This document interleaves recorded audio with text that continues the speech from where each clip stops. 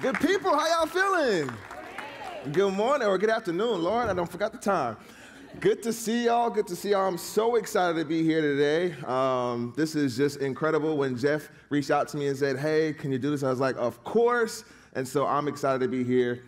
I'm going to be talking about storytelling and really how you package your signature programs as an organization to get those corporate sponsorships. So as you have heard, I've been able to raise, with the team, of course, not alone, but over $70 million for organizations between RCA and also with the United Way.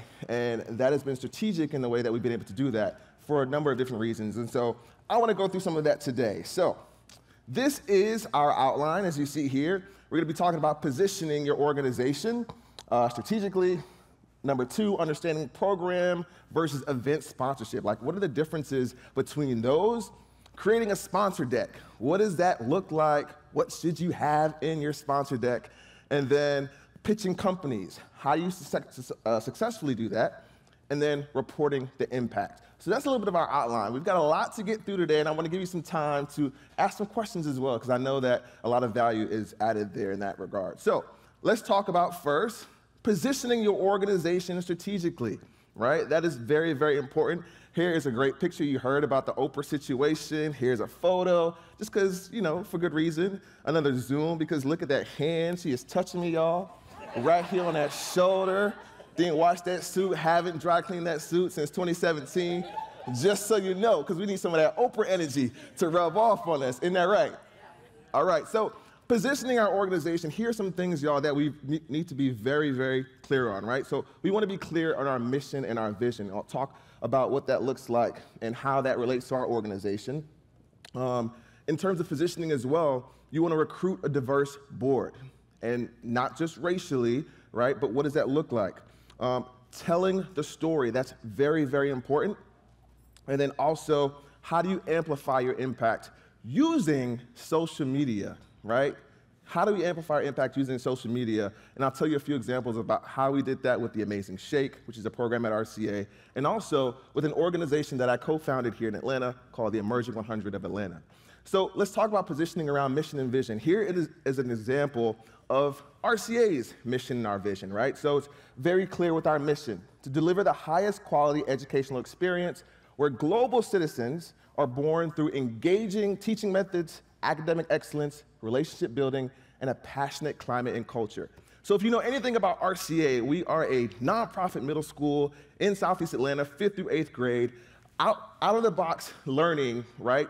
Any given moment, you can walk into a classroom and see passion, energy, students having a great time. There's music, there's passion in the classroom, but we also have a really high level of expectation for our students. We push them and they all succeed. But then we also share these methods with educators all across the country and around the world. So on a given week, we could have 400 to 500 teachers in our building, sitting in our classrooms like you all are here, watching our teachers teach, and then taking all those methods to their schools all across the country to implement. And so that is who we are, is our mission, right? And our vision is to be the best school in the world by demonstrating those transformative methods and techniques that are embraced and replicated everywhere. So that is who we are. We want to be very clear. And so when we look at our organizations that we're leading, are we clear on that mission and vision? Can we articulate it? Does it roll off the tongue? Does it make sense? Does it tell the story of who we are as our organization? So we want to be very clear on that piece. Now, again, with positioning and having a diverse board. So this is just an example of what our board is. We have a board of 26 folks. This is just 6 of them on the screen here. But ethnic, gender diversity is important, skills and experience. Sometimes we look at our boards and we have a lot of our friends, or we may have a board full of lawyers. Well, great. We don't have anyone that specializes in marketing or finance, where those are some of the needs that our organization may have, right? Levels of experience, right? Some executives, some folks who are managers and directors. Sometimes it's all great to say, hey, we've got all these C-level executives on our board, but a lot of times C-level executives may not have all the hours to put in if you need a working board to help you really push some of those things forward for your organization. So it's really important to have, yes, some big names where you can get the credibility for your organization, but then also some folks who are in middle management who have, more hours to really help you push some of those things forward. And of course, lived experiences as well is very, very important. So when we talk about positioning ourselves, we want to be very clear on how we do that with our board also. And then how do we tell the story? This is important in terms of positioning, and how do we do that through social media? So here's an example of a photo of a program that we do at RCA called The Amazing Shake.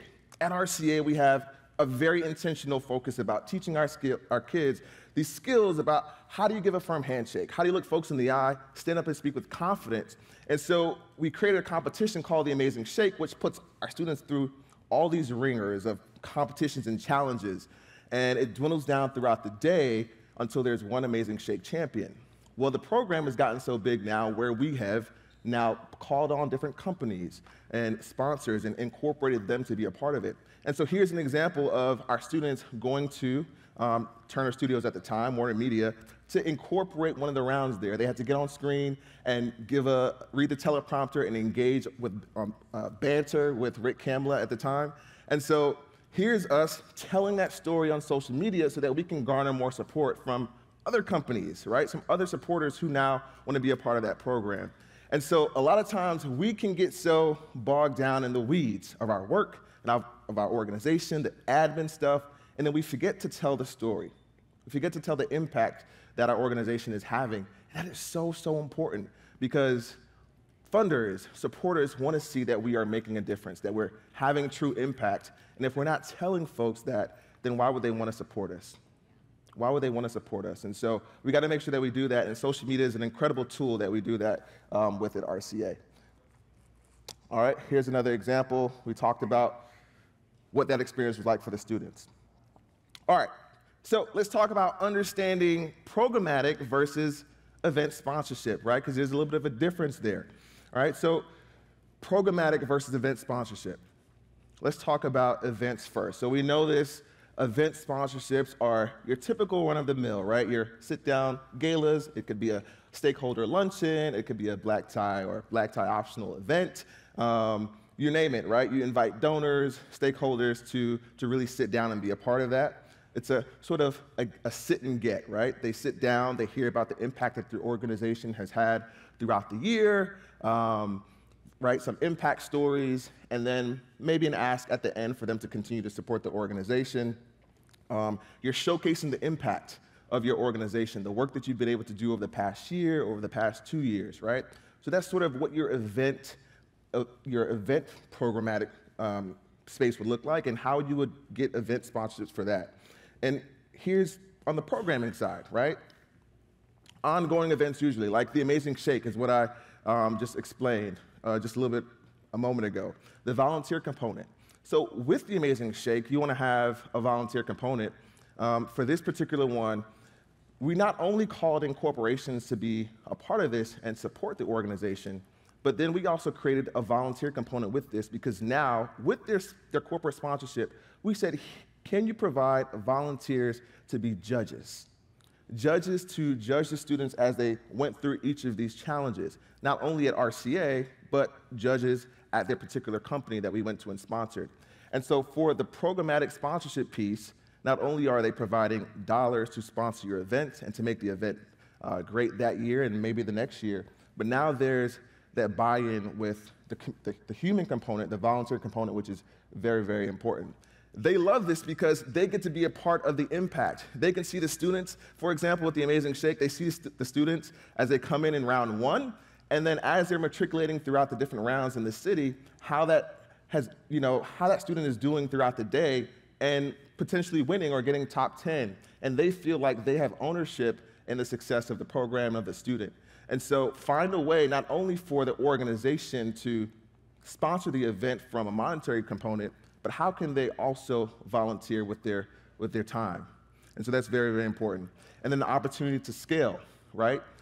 With the Amazing Shake, in that particular instance, this now has turned into where companies now are like, hey, can I sign up to be a part of this? And now they're sponsoring events. They're sponsoring not only round one, now another company, for example, is sponsoring round two. So you have Warner Media, for example, they did round one, and then we went to the Mercedes-Benz, they sponsored round two. And so you have the opportunity to scale, to create that student impact, and really get some folks involved there. So that's very, very important. With the programmatic impact, the program and the sponsorship, right, we're going to talk about what that sponsorship deck looks like and how you really level those different instances to get folks to really be a part of that. All right, the sponsor deck. This is very important as well. A lot of times we put too much in our sponsor deck, and that is very important that we not put too much, but we give just enough information in there. In this sponsor deck, a lot of times we go into having these conversations with potential funders, and we don't have all the information in there, or we have too much information, it gets really confusing. And so I want to show you some example. About the organization, here's some of the points that you want to have in there: your organization and mission, a brief programming overview, their program value proposition, and then the level of engagement and benefits to the company. And so let's show some examples here. All right, so here's what we use for sort of like an overall sponsorship for like an annual ways to engage with RCA. So this was our book for the year, and it included some different events. This was just 2 of the events in there. So it was the Amazing Shake. Now the Amazing Shake has gotten so big where we do a national competition, and here's another event for a company to engage with and be involved with. There's the Extreme Bedroom Makeover, right? So this is an event where we have companies come in and completely transform a bedroom over the weekend for one of our students. And so companies sign up to sponsor this opportunity. That's in this annual sort of book of events to sponsor, right? It's a quick description. There's the levels to sponsor and get in there, and it really gives the companies sort of a point for that they can come in if there's a budget or if it really speaks to their organization.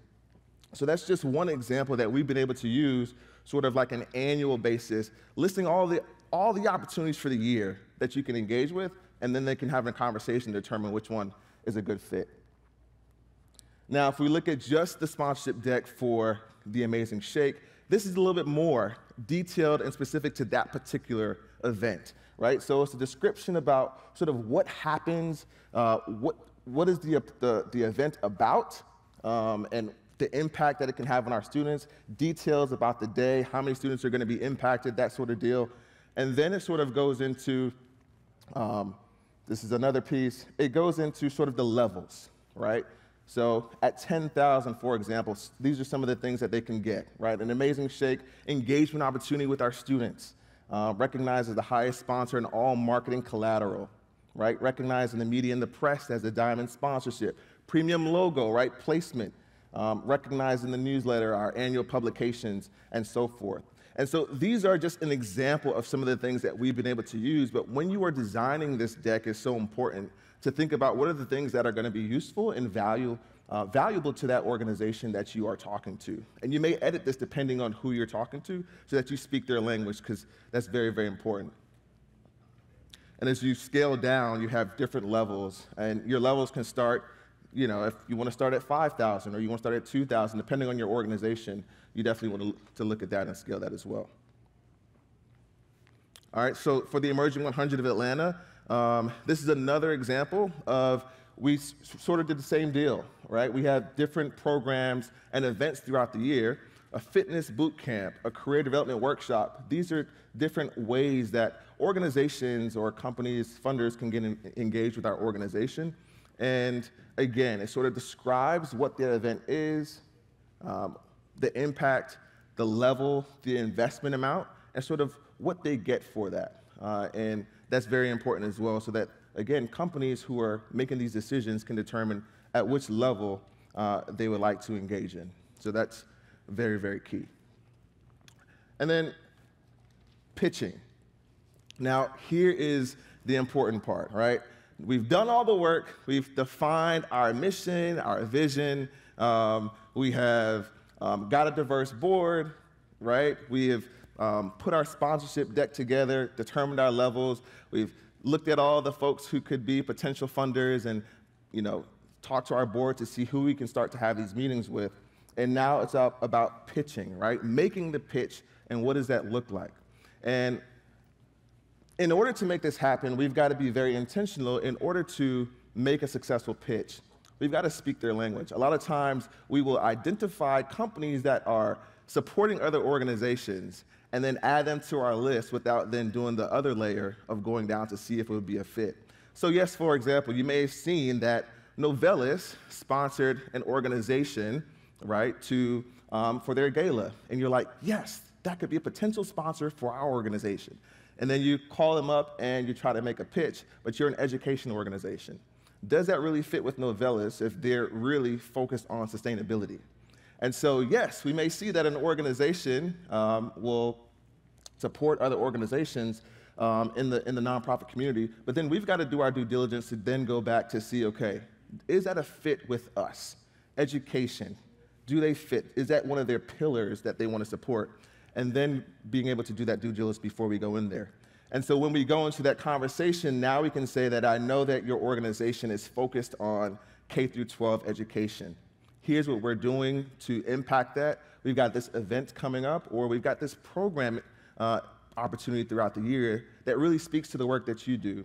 Here are the different levels of engagement. We'd love for you all to think about making an investment in one of these levels. And then you have a conversation around those pieces. And you'd be surprised that organizations will be quicker to fund you when they know that you've done the research, that you understand exactly the types of organizations that they support and the amounts that they have supported in the past. And this is all information that we can research prior to on their annual reports, on their websites, or sort of looking on the W-9s in terms of what other organizations read that are similar to yours, the types of funding that they receive. And so going in there armed with this information will make you a much better person to make the pitch. And as I said here, preparation is key, right? You've definitely got to prepare before you go in there because there's nothing worse than going into a room to make a pitch and not being prepared and not understanding sort of, again, the types of organizations that they support and speaking their language. Sit up. If you are going to do this work, it is gritty work, it is tough work, and you've got to be confident going into these rooms to have the conversation to ask for them to support your work. And so we can't go in there slouched or defeated or scared to make the ask, but we've got to get in there, we've got to sit up and be passionate about the work, right? Because if we aren't passionate about the work that we are asking for them to support, why would they be confident to support our organization or to invest in the work that we're asking them to support, right? So definitely be passionate. And as I mentioned over and over, we've got to speak their language. If they're passionate about sustainability, they're passionate about K-12, or they're passionate about homelessness or trees, how do we speak their language and make it relevant to the work that we're doing is very important. And the single most important thing that you can do when having these conversations, going into these rooms, building these relationships, is you've got to make the ask, right? The number one reason why organizations or funders do not support your organization is because you have not asked, right? And so as leaders, sometimes we are terrified to go and make the ask. What? Asking for money? Absolutely not. Right? It's terrifying, it's scary. No, what if they say no, right? And so we've got to remove ourselves from them saying no to us, right? It's them saying no to the organization at that time, and it may be just a no at that moment. It's not a no forever. And so remove ourselves, but we've got to make the ask and not make it about us. It's not personal, right? And so making the ask is critical, being very clear there, and then also following up to ensure that you can get the support for your organization. I can't tell you how many times folks will do all the work, talk around, right? Talk around the work that you're doing and trying to get support, but won't say, hey, would you consider making a $10,000 sponsorship for the work or for this event that we're doing, right? Letting it sit there and then letting them respond, right? And so I encourage you to practice that. Right? To practice just making the ask very specific, very clear, and then letting it sit there. And then when you go into the room, you'll be better prepared, better confident to have those conversations. Or if you're having them on Zoom calls now, right?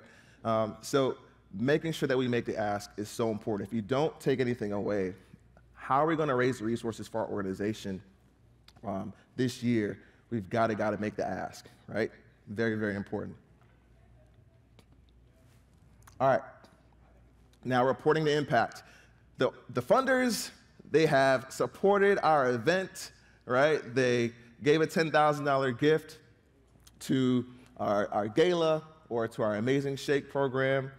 Now we've got to report the impact so that they will then fund us again the next year. Fundraising and really getting the support from funders is all about relationship building and stewarding those gifts, right? Because funders will not support you again if they're just hearing from you once a year when you're asking for sponsorship funds. So it's an ongoing thing to report the impact. And so how do we do that, right?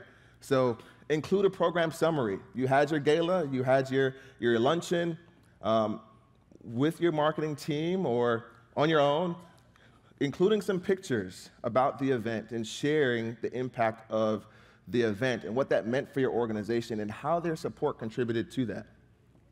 Again, showing the results of their support so they know that, yes, my $10,000 made a difference in this organization being successful for their students or for the population that they serve. This is so, so important to do that at the back end.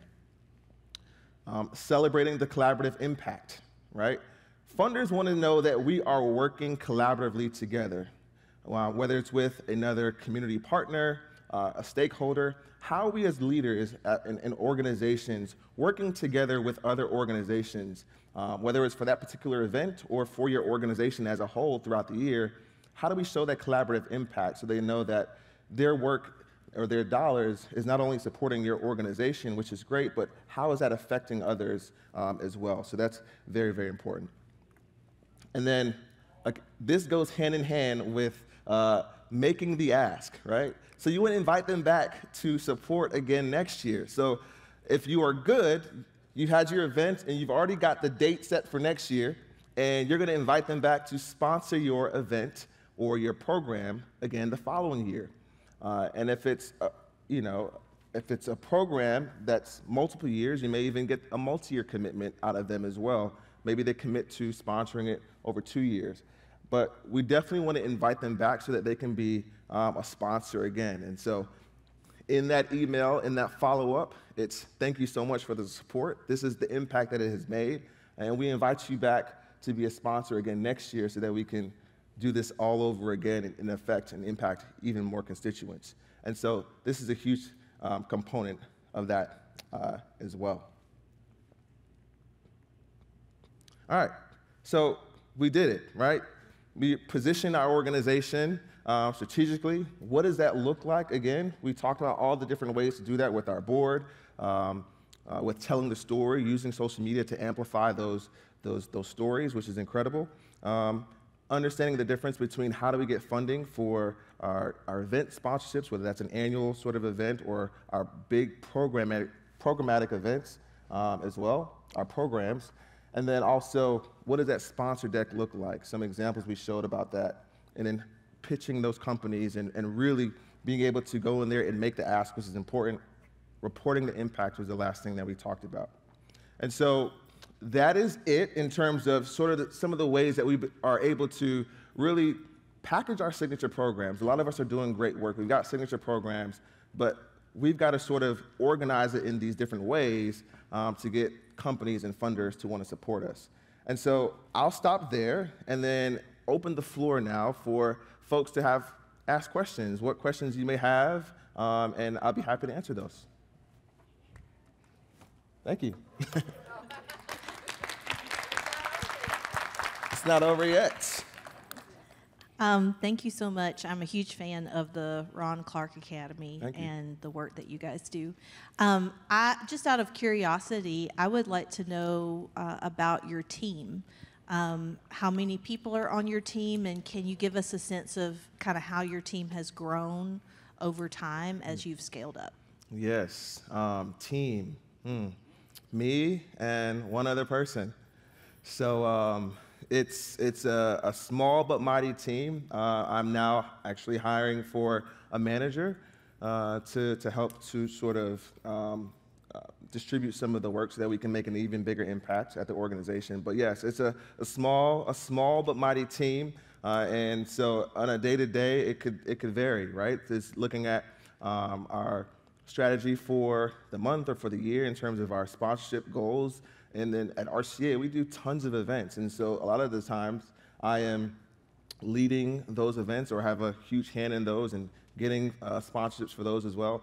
And so a lot of time is taken away from sort of going out and really getting new folks to get in the door. And so our goal now is to be able to bring in someone to help with a lot of that minutia, if you will, so that I can do the good work of going out and continuing to build those relationships that are key to our organization being sustainable over the year. But yeah, we're a small organization. Our annual operating is about $8 million a year, just a two-person team, me and someone else right now, and hopefully to grow to a third person with this, in the next few months, hopefully. So this is my 9th year at RCA. We've always had a small team of 2, and so now we're growing up a little bit. Hope that answers your question. We got a question back here. Great work you're doing. I'm very familiar.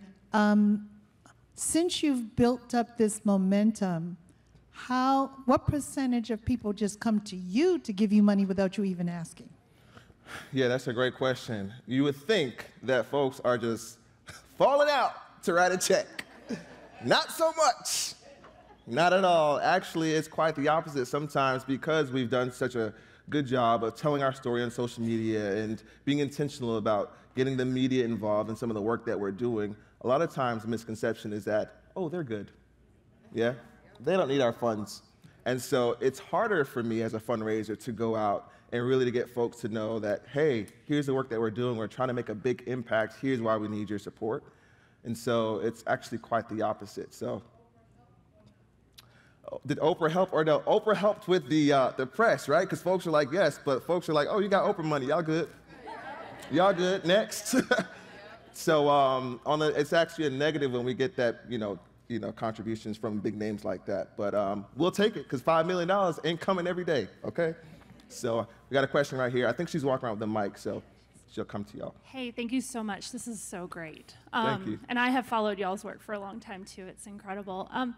I have a grant writing background. Yes. And in my role that I started, my first ED role in January, we're trying to do a little bit of various things. And one thing I've encountered as I've started talking to corporations for sponsorships has been this, we don't fund salaries.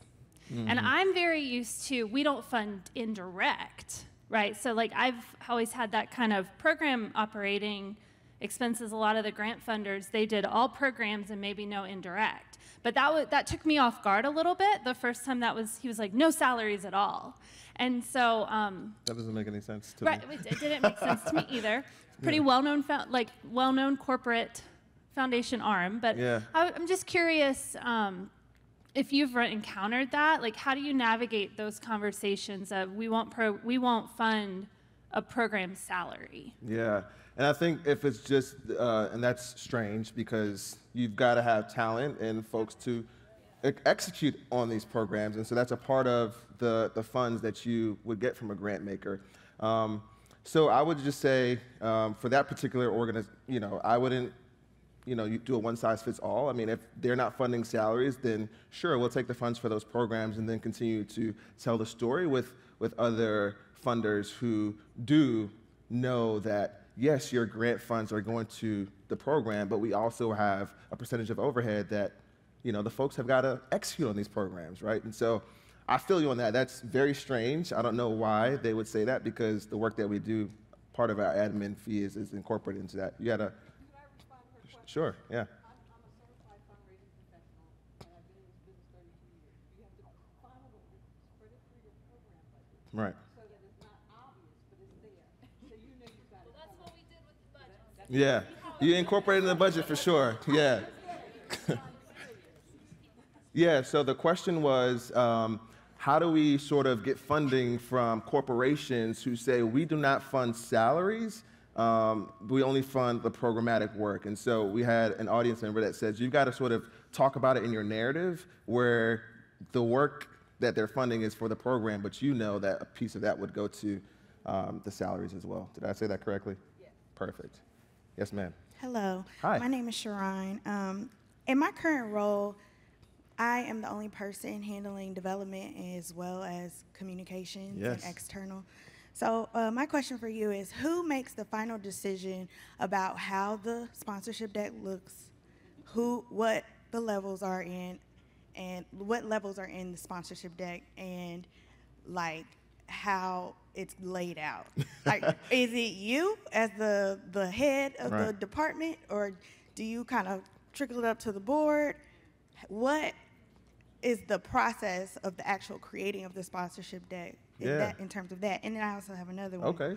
The other one is, if your organization's calendar is not necessarily set for the year, do you suggest creating multiple sponsorship decks throughout the year, or one deck that you just revise over? Yeah, that's a great question. So I'll answer that last question first. So I would say it's great if you can plan and have an annual calendar, because funders like to see that. They're already making decisions a year in advance in terms of where they're going to be putting their dollars. So the work, as much work that you can do on the front end to really determine what's that annual calendar going to look like, the more successful you're going to be. But if you don't have that, yes, should you have an individual sponsored deck for the events on a rolling basis as they come, that's perfectly fine as well. So although, as you saw in that example, we had a sort of annual opportunities list, we also had a specific deck for the Amazing Shake, which sort of detailed more specifically what that opportunity would look like for a particular funder. So yes, it's great to plan a year in advance because you're going to be more successful that way, but if you must, individual is perfect. Now, to your other question about who makes the final decision, it's all going to depend on your organization, right? We're not running it up to our board to approve, because the board sort of helps with governance and that sort of deal. They're not in the daily minutia of your organization. But for me, it's going to stop with me, but I'm also going to check with, my leader to make sure we're on the same page, and because we're going to be going out as a team to have these conversations with potential funders. And so we want to feel good about the levels that we are asking folks to invest in. And so in terms of layout, I mean, you can work with marketing, determine what that looks like, but, just determine. It depends on your organization and sort of how y'all's working structure is. Yeah, I hope that helps. Yes, sir. Couple questions. One, have you had to deal with a bugging board member in development? And then two, I know you talked about confidence. What's another characteristic that a developer should have when walking in the room? Yeah, a bugging board member. Thankfully, no, I have not had to deal with that. But I think it's, if a board member is bugging, that getting to the root cause of sort of what their issue is, right? Are they trying to lead the organization as if they are the executive director, right? And again, it's just sort of reminding them sort of their role as a board to provide governance, to make sure that we're being good fiduciaries of the funds that we receive as an organization, but not to manage day-to-day operations. And so sometimes board members need just a little reminder, like, right? These are sort of, this is how we as an organization roll, and sort of where you fit in as a board member. And then also, for me, if I were in a situation, they have board terms, right? And if it's just for a 2-year term, well, I'm gonna push through, right? And pray every day to make sure that we get through together, and then as they roll off, we get somebody else on board. But thankfully, I have not had to deal with that, but I know that sometimes board members can be quite interesting. So hope that answers your question a little bit there. And then your second question was about what other skills should you have as a fundraiser? Yeah, what other characteristic skills should you have as a fundraiser besides confidence, right? Good fundraisers are good researchers, right? And so you have got to do your research to know an individual, what is their giving capacity, whether it's a foundation, what sort of gifts have they given to in the past, the the dollar amounts, the types of organizations. A corporation, what types of events do they fund? Good fundraisers are good researchers. And so the more information that you have about a potential funder, the more informed you're going to be about your ask and the more successful you will be in raising those dollars. And so you've got to be very meticulous. I personally am on LinkedIn. I read the Atlanta Business Chronicle to see sort of what the landscape is for businesses and what they're doing in the community, in the business community. And so I'm constantly reading, researching to see what trends are, what funders are doing, and how that potentially could impact my organization as a fundraiser as well. All right. Question over here. Hi. Hi. My question, if you're cold calling or reaching out to a business in your community, trying to build that relationship, where do you start if you don't already know somebody connected to the organization? Yes, where do you start? That is a great question. I want to get some money, but I don't know who to call, right? So for me, if I am cold calling, I am going to get on LinkedIn and I am going to look up a company, for example, and I'm going to look for the person who handles community relations. I'm going to look for the person who handles CSR, potentially DE&I. Those are the folks I'm going to be looking for at an organization. The second thing I'm going to do is to look for any mutual connections on LinkedIn that I have with that company. And then I'm going to reach out to that mutual connection and say, hey, John, how you doing, buddy? Looking to make an intro to someone at your company who handles community relations. Can you make an introduction for me? And so those are the steps that I'm going to take to ensure that I get a warmer call, if you will, a warmer reception. Use the folks that I'm connected to at those companies to really get me inside the door to have those important conversations. And then once that's set up, then you're in there and you can have the conversation with your sponsorship deck and talk about the work that you're doing. But that is sort of my cadence. I'm on LinkedIn every day looking, who can I call, right? So hope that helps. Question right here. Hello. Hi. Okay, so you mentioned you and your team raised $70 million. Yeah. So for one of your larger projects, like what was the time frame you put around raising that money per se? So if you wanted to raise $2 million or $5 million, like what was your realistic time frame that you put around raising that money? Yeah, and that's a great question, and that's going to depend on your organization. A lot of times, for example, one of the campaigns that I'm wrapping up right now is a capital campaign for Orion Marshall Performing Arts Center, and it's a $24 million capital campaign. And so typically for these big campaigns, you are going to want to do what's called a feasibility study. And sometimes, depending on your resources and organization, they can be quite pricey, so it just depends on the sort of the firm that you work with on that. But they're going to help you determine, okay, how much can you realistically raise as an organization? So they're going to look at your board, right? Their sphere of influence, your sphere of influence as a fundraiser or as a leader for the organization, right?